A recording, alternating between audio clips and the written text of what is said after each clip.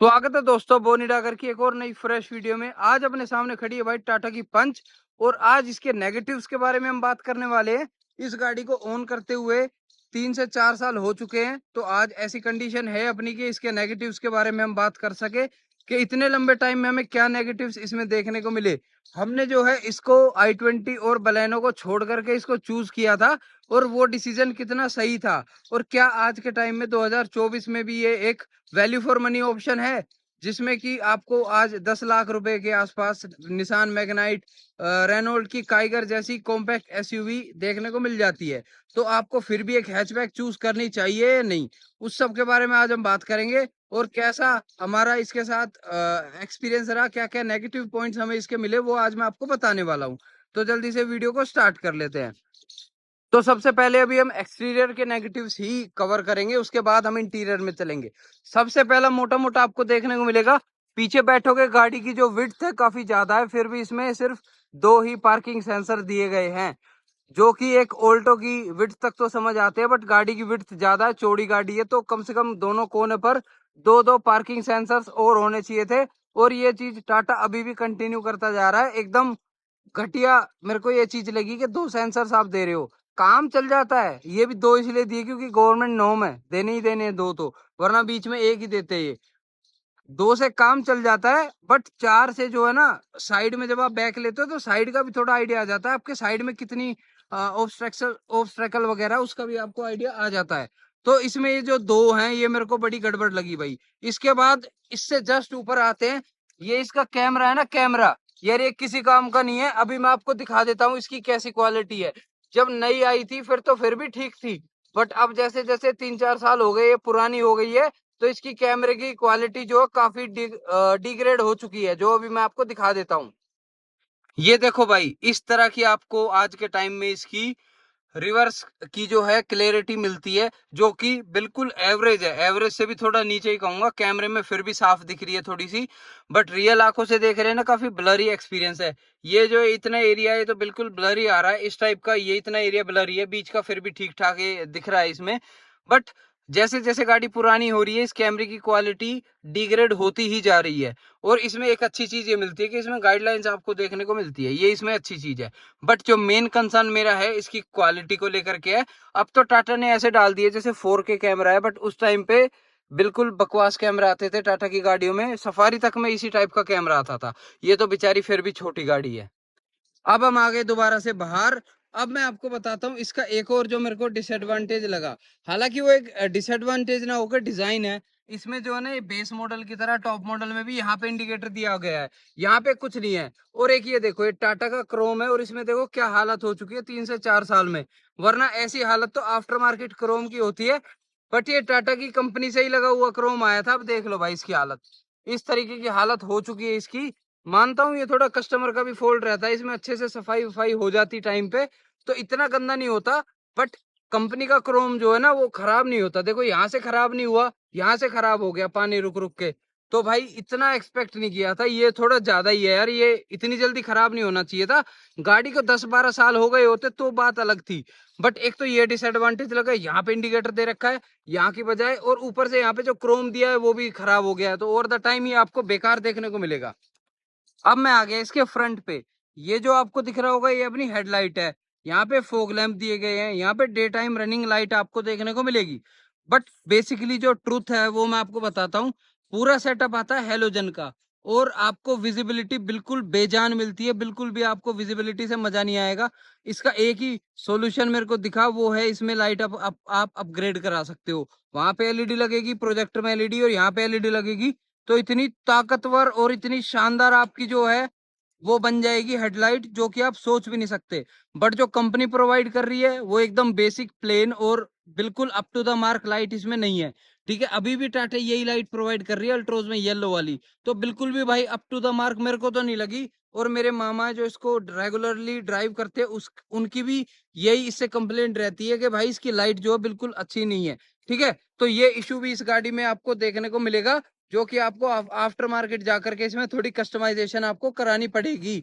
अभी तक हमने नहीं कराई है क्योंकि गाड़ी सिटी में चलती है, सिटी में मोस्टली आपको रोड पे जो है स्ट्रीट लाइट्स वगैरह मिलती है, तो काम चल रहा है। बाकी हाईवे पे बिल्कुल भी ये बेरेबल नहीं है, आपको अपग्रेड कराना ही पड़ेगा। ठीक है, अब इसके बाद मैं इसका इंजन बे खोल लेता हूँ। अब ये इसका इंजन बे है। यहाँ पे देखो आफ्टर मार्केट सीएनजी लगी हुई है, लोवेटो कंपनी की। इसका मैंने रिव्यू दिया है आपको, अगर आपको देखना है तो आप मेरे चैनल पे जाकर के देख सकते हो। ठीक है, अब ये है अपना इंजन। ये है 3 सिलेंडर इंजन टाटा का, नेचुरली एस्पिरेटेड। ये एक तो भाई अंडर पावर्ड मेरे को फील होता है, क्योंकि हाईवे पे सडन ओवरटेकिंग करनी है ना आपको, तो गियर डाउन करना ही पड़ेगा, और एकदम हाई आरपीएम पे ही आप ओवरटेक कर पाओगे। इतना आसान नहीं है इस इंजन से इजीली ओवरटेक करना।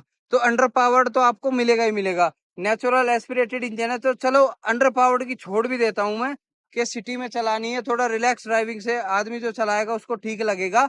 बट उसके बाद भी 3 सिलेंडर है, ठीक है, मैंने मान लिया 3 सिलेंडर है, बट इसका जो 3 सिलेंडर का नेचर होता है ना, वाइब्रेशन वाला, वो यार वाइब्रेशन इसमें कुछ हद से ज्यादा ही है। इस गाड़ी में टाटा के जो इंजन है वो हद से ज्यादा वाइब्रेट करते हैं। अभी मैं आपको स्टार्ट करके भी दिखा दूंगा, फिर देखना इसमें कितनी वाइब्रेशन है।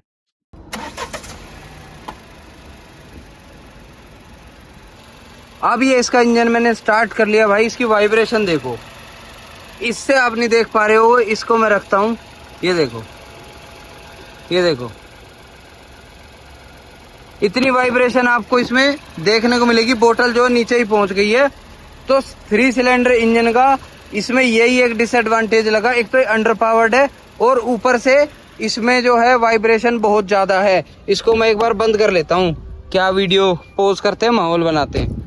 तो ये इसमें डिसएडवांटेज लगा, एक तो ये अंडर पावर्ड है, और ऊपर से इसमें रिफाइनमेंट की बहुत ज़्यादा कमी है। 3 सिलेंडर तो अभी मारुति ने भी निकाला है, मैंने वो चला के देखा, फ्रोंक्स का भी है 3 सिलेंडर, बट उसमें वाइब्रेशन उसमें भी है, बट इतनी नहीं है जितनी इसमें वाइब्रेशन मिलती है टाटा के इंजन में। तो टाटा को ये जरूर इंप्रूव करना चाहिए। इवन निसान के इंजन में भी इतनी वाइब्रेशन नहीं है जितनी टाटा के इंजन में है। तो ये चीज इंप्रूव हो सकती है अगर टाटा थोड़ा फोकस करे तो। बट टाटा का अभी जो पूरा फोकस है वो ईवी की तरफ है, अभी वो अपने इन इंजनों पे ध्यान नहीं दे रहा ज्यादा। तो ये एक मेन इशू है जिस वजह से टाटा भी इसमें मार खा रहा है। वो इंजन आपको ऑफर किए जा रहे हैं, कोई भी नया इंजन टाटा नहीं लेके आया। अभी एक लेके आया कर्व के अंदर पेट्रोल का नया इंजन, उसको भी रिव्यू करेंगे, देखेंगे क्या उसमें इंप्रूवमेंट करी है। बाकी इसमें तो मेरे को ये इशू देखने को मिला, जो मैंने आपको भी लाइव डेमोन्स्ट्रेट भी कर दिया है। ठीक है, अब अंदर जाने से पहले मैं आपको कुछ चीजें और दिखा देता हूँ। ये इसका डोर है ना, जैसे अभी ये देखो आवाज कैसे करने लगा है, तो इस तरीके की इसमें रैटलिंग नॉइस, या कहूँ मैं थोड़ा ढीला हो गया प्लास्टिक, उस वजह से आवाज करने लगा है ओवर द टाइम। बट ये चीज नहीं होनी चाहिए थी। अभी गाड़ी को ज्यादा टाइम भी नहीं, 3-4 साल ही हुए हैं, तो इतना ज्यादा टाइम भी नहीं, और गाड़ी रखी भी बहुत अच्छे तरीके से, देखो साफ सुथरी एकदम गाड़ी है, कोई ये भी नहीं है बहुत ज्यादा रफ एंड टफ यूज की हो। एक ये दिक्कत है। अब यहाँ पे देखो, ये जो है ना इतना ऊपर आ चुका है अपने आप, वरना यहाँ पे रहना चाहिए, यहाँ पे, यहाँ से फिर ऐसे ऐसे ऊपर ऊपर करके, बट अब यहाँ तो इसकी नेचुरल पोजीशन है, इससे अब और ऊपर जाता है, तो ये भी अपने आप डिसअलाइन हो चुका है भाई। इसको भी खुलवा बुलवा के करवाना पड़ेगा। ये भी ऑटोमेटिक हुआ है, कोई इसके साथ जबरदस्ती नहीं करी गई कि जिससे डिसअलाइन हो चुका हो। ठीक है, यहाँ वाला ठीक है, बट ये जो है डिसअलाइन हो चुका है, और ये जब नई ली थी जब से ही हो गया था, तो इसमें ये भी एक इशू मेरे को देखने को मिला। ठीक है, इसको, ये सबके लिए नेगेटिव नहीं है, बट मेरी में ऐसा हुआ तो मैं बता रहा हूँ।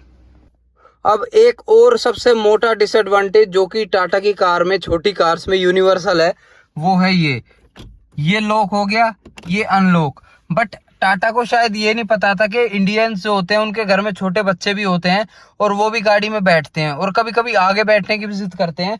पीछे तो चलो अब चाइल्ड लॉक लगा के उन्हें सेव कर लोगे, बट जैसे मेरा एक दिन भतीजा आगे बैठा था, हमारी ग्रैंड विटारा थी वो, तो शुक्र है, वो सीधा इसी पे हाथ मार के ऐसे ऐसे कर रहा था। वो तो उसमें ऊपर लॉक होता, उसको नहीं पता कैसे खोलना है।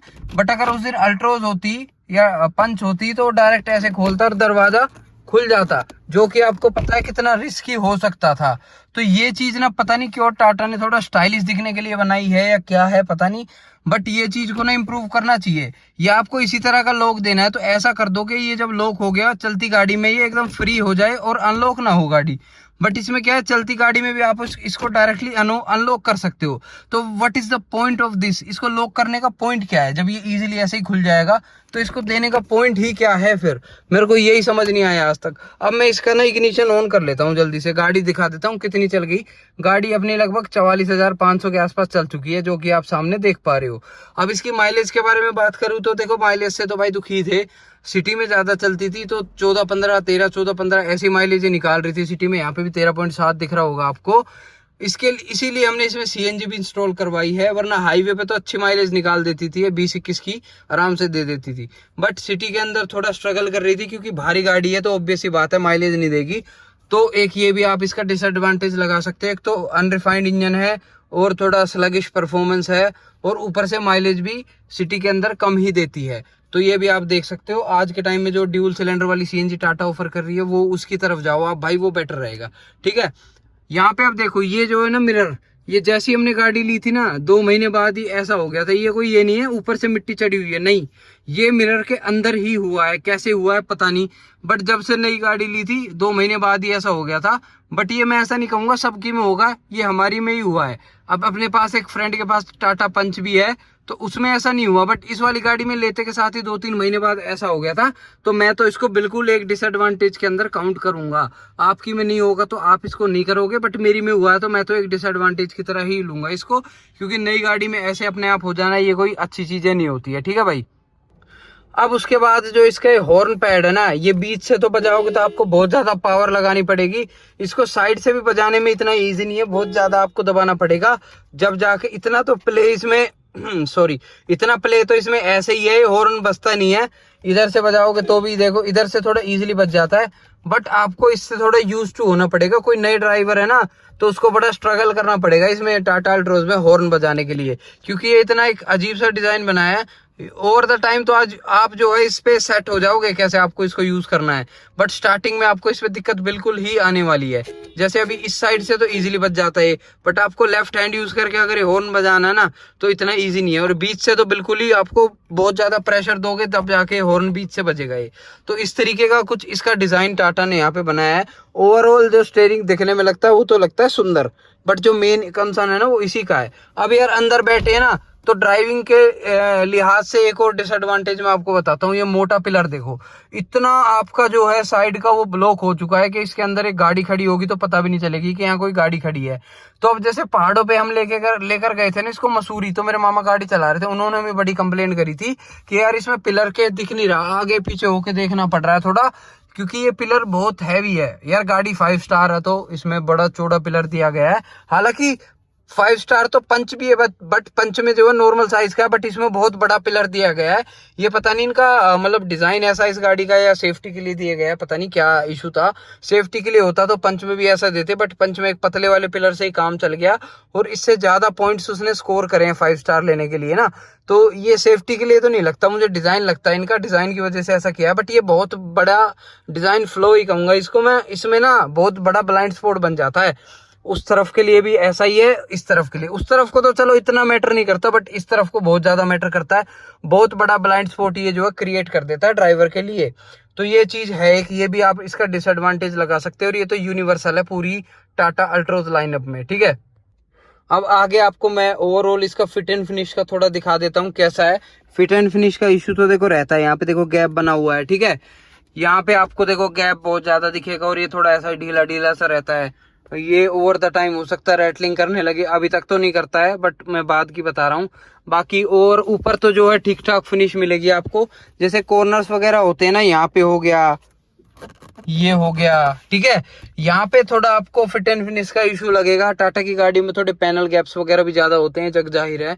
ठीक है, तो फिट एंड फिनिश का थोड़ा सा इशू लगेगा, बट ओवरऑल आप कैबिन देखोगे तो ओवरऑल कैबिन का डिजाइन आपको अच्छा लगेगा। बट अगर आप माइनर डिटेलिंग में जाओगे ना तो आप इजीली फाइंड आउट कर पाओगे कि छोटे छोटे जो है अपना जो इसमें फिट एंड फिनिश है उसका इशू इस गाड़ी में है। तो ये मोटे मोटे मैंने आपको नेगेटिव्स बता दिए। अब ज्यादा मैं लेग पुलिंग गाड़ी की करूंगा नहीं, जो मेन और जो जरूरी थे वही मैंने आपको बताए। फिर भी कोई इशू हो, कोई दिक्कत हो, कोई पूछना हो सवाल, तो ऑलवेज कमेंट आपका ओपन है, आप जाओ कमेंट करो और मैं वहां आपको रिप्लाई करूंगा। आज की वीडियो में इतना ही था, अगली वीडियो में फिर से मिलेंगे, जब तक के लिए stay tuned, take care, bye bye.